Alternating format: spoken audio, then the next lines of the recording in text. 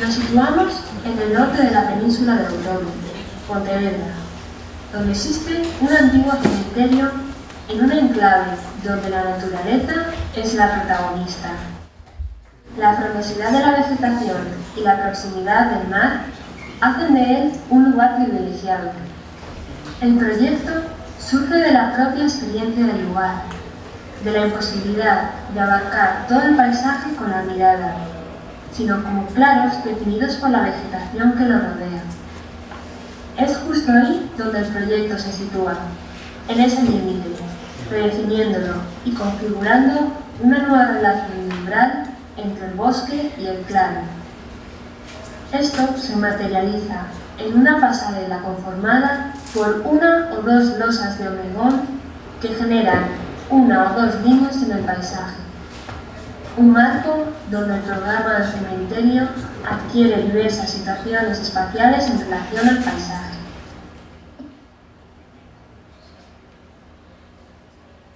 Bueno, buenos días. Soy María Gracia Silva y, como se ha podido escuchar, el proyecto es la ampliación de un cementerio en Ogrove. Nos situamos en el noroeste de la península, donde a partir del antiguo cementerio San Vicente se extiende una vaguada con una clara dirección hacia el mar. Esta vaguada se caracteriza por la vegetación, pudiéndose identificar claros en su espesura.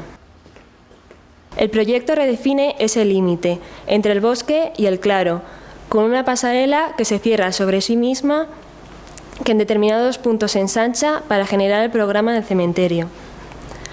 La base constructiva y estructural de dicha pasarela es la de dos losas de hormigón apoyadas sobre perfiles metálicos tubulares, con un encofrado de madera visto en la parte de abajo de la losa superior. El programa resultante es el siguiente, y como se puede observar, se dota a cada claro de un significado, de un distinto tipo de enterramiento, mientras que la losa alberga el programa en relación al espacio que abraza.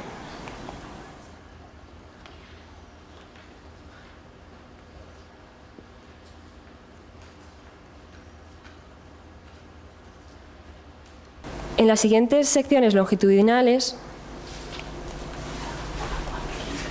se muestra cómo la distancia entre las losas va variando, generando distintas relaciones espaciales. Se logra además que con un mismo soporte, la de las dos losas de hormigón, cada espacio sea único y distinto en función de la posición que ocupe respecto al claro y a la distancia en que ocupe entre las losas y el cerramiento que lo caracteriza. Comenzaré ahora a explicar espacio a espacio, vacío a vacío, con las características que lo determinan y lo definen. El primero de ellos, los espejos del cielo. Dos losas nos hacen de enmarque a este primer espacio, que está protagonizado por tumbas cuya terminación con bandejas metálicas recogen el agua de la lluvia y reflejan el cielo. En torno a él se organizan espacios para sentarse, para contemplar, un espacio para las flores cuyo cerramiento a base de perfiles metálicos generan un efecto de tamiz a la vegetación y además sirven de soporte para la colocación de flores, y en determinados momentos del año este también se llenará de color. El siguiente claro, el vacío que nos queda. Este espacio está protagonizado por piedra, grava blanca y bolos graníticos. En torno a él, el tanatorio, que se organiza en dos niveles. El espacio de arriba corresponde a la parte de velatorios y la parte de abajo, la parte más administrativa. El cerramiento, se juega al cerramiento por contraste, con unos paneles metálicos que reflejan la blancura de este espacio y un interior de madera que nos acoge y nos envuelve, enmarcando pues esa vegetación también que lo definen. Estos serían los detalles correspondientes a este espacio. Y las instalaciones albergan inmuebles que siguen la misma lógica que el cerramiento.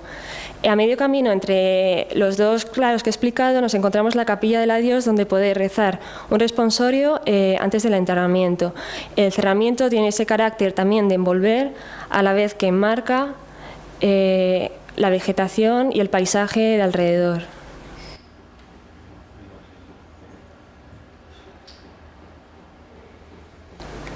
Estos serían los detalles correspondientes a este espacio. El siguiente claro pertenece a un bosque de repoblación. Yo me apropio de él y le doy un nuevo sentido y significado, el de marcar un lugar reconocible y vivo por los seres queridos del difunto, que escogerán una especie autóctona para generar un espacio vivo y cambiante a lo largo de los años. A través de un cerramiento a base de portones que un espacio lo cierra y se relaciona con el vacío explicado con unos portones que marcan este claro que he explicado. Estos portones están conformados por unos bastidores y unos paneles de acero galvanizado. Estos serían los detalles correspondientes a este espacio.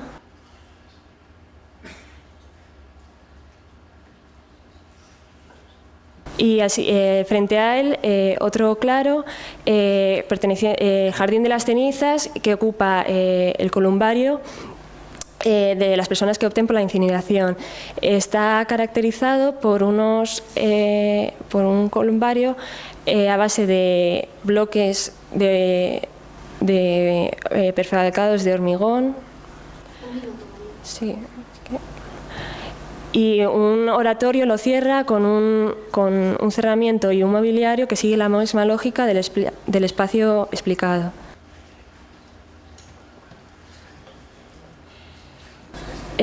Por último, el último gran espacio de enterramiento, la pasarela se estrecha generando una tensión para luego abrirse a este espacio, que como vemos la losa es donde adquiere la mayor cota.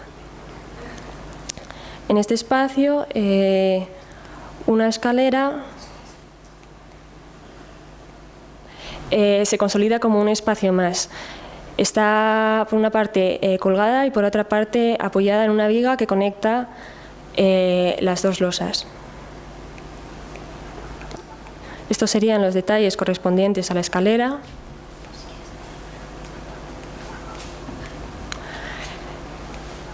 Y en este punto la losa, como hemos explicado, se engrosa, los pilares se distancian y la losa se aligera, generando un enmarque al mar.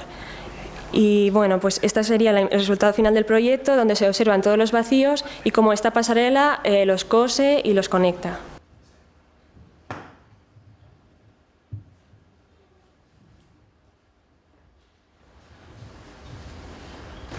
Muy bien, muchas gracias.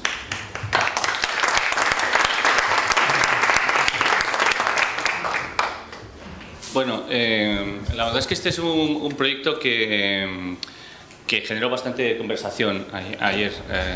Tiene cosas bastante como hermosas, tiene un dominio de la geometría que dibuja el plano que a mí me parece bastante interesante, pero sin embargo sí produce ciertas conversaciones sobre temas que en realidad quedan de alguna manera puestos en un punto como ambiguo, ¿no? Es decir, por ejemplo, en esta situación, cuando en el primer dibujo aparecen las dos líneas cortando un poco esa losa del suelo y del techo, es muy importante saber cuál es el grosor de esa línea. No es lo mismo que sea una losa de 20 que sea una losa de 10 o una losa de 24 y una losa de 10. Ese punto del grosor yo creo que es un elemento que es bastante importante verlo. No sé si está aquí cogido bien esa dimensión, ¿no? La otra consideración que yo creo que también conversábamos ayer es: ¿esto es una pasarela que cierra un lugar o es un límite muy sutil que marca un claro de un bosque? En la explicación que tú vas hablando, estás hablando como de un claro que se genera del bosque, pero al ser tan construido, tan sólido, a veces marca, ¿no?, mucho un perímetro y una deambulación que a lo mejor no debería ser tan precisa, ¿no?, en ese aspecto. Me parece que en algunos momentos también ocurre lo mismo, es decir, que en el lugar este del jardín, que es más japonés, de pronto conviven dos programas que no son muy parecidos, simplemente porque en el fondo tiene una altura muy grande, ¿no? Entonces yo creo que es una pieza que a mí la verdad es que me parece que es bastante hermosa, que tiene unos dibujos y una cualidad muy, muy elevada, y que en algunos puntos estas situaciones, bueno, está bien que le volviéramos a dar como un cierto pensamiento para que en realidad fuéramos a tensionarlo y hacerlo todavía más, en ese aspecto más abstracto, o más ligero, o más... de la misma manera que en los lugares, las tumbas, el columbario, etcétera, tiene ese punto donde lo has llevado al máximo, donde una tumba al final es un reflejo o cosas así. Yo creo que las piezas construidas se quedan a veces en ese punto un poco como un poco, ¿no?, intermedio, ¿no? Pero me parece que es un proyecto que es espectacular, ¿no? Sí, si me permites una crítica un poco fuera de concurso, este es de esos proyectos cuya ruina sería más hermosa que el edificio. Y tal y como lo ha construido Gracia, me parece, ¿no? Sí. Que es nada más que una losa de hormigón muy gorda, con unos palos de metal, y se convertirá en Galicia en una ruina muy rápidamente. Y de esos proyectos que uno dice, está entre la sensibilidad y lo atroz. La pasarela es terrible. Dice, sí, pero se convertirá en una ruina enseguida y quedará fenomenal, no se preocupe usted.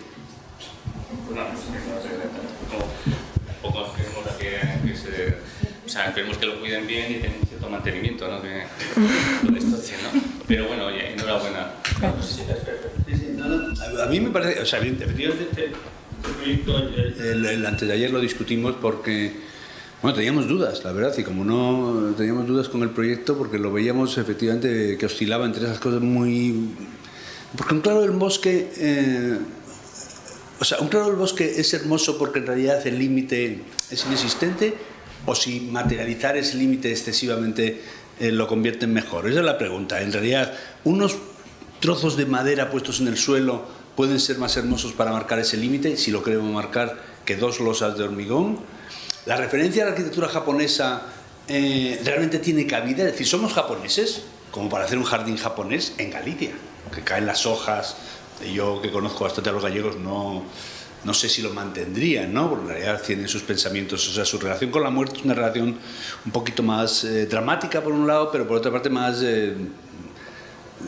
fácil, ¿no? O sea, eso de una piedra como los japoneses que lo peinan todos los días, ¿no? Yo no me veo a los gallegos así, los veo mucho más directos, ¿no? Entonces la pregunta es, ¿cuánto se puede transponer las arquitecturas de otros sitios a lugares que en realidad no acaban de resistirlo por temperaturas, por el ambiente, por el cuidado, que es la naturaleza gallega, es una naturaleza un poco descuidada, ¿no? Y tiene esa hermosura, ¿no?, de lo que no se cuida, ¿no? Y esto necesita muchísimo cuidado, ¿no? Entonces yo creo que es un proyecto muy bonito, muy atractivo, muy lírico, con muchos valores, pero que en realidad a lo mejor no se han sopesado todavía la condición del vacío, si realmente necesita un límite tan construido o no, ¿no?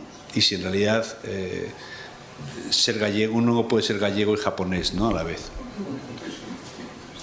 Bueno. Gracias.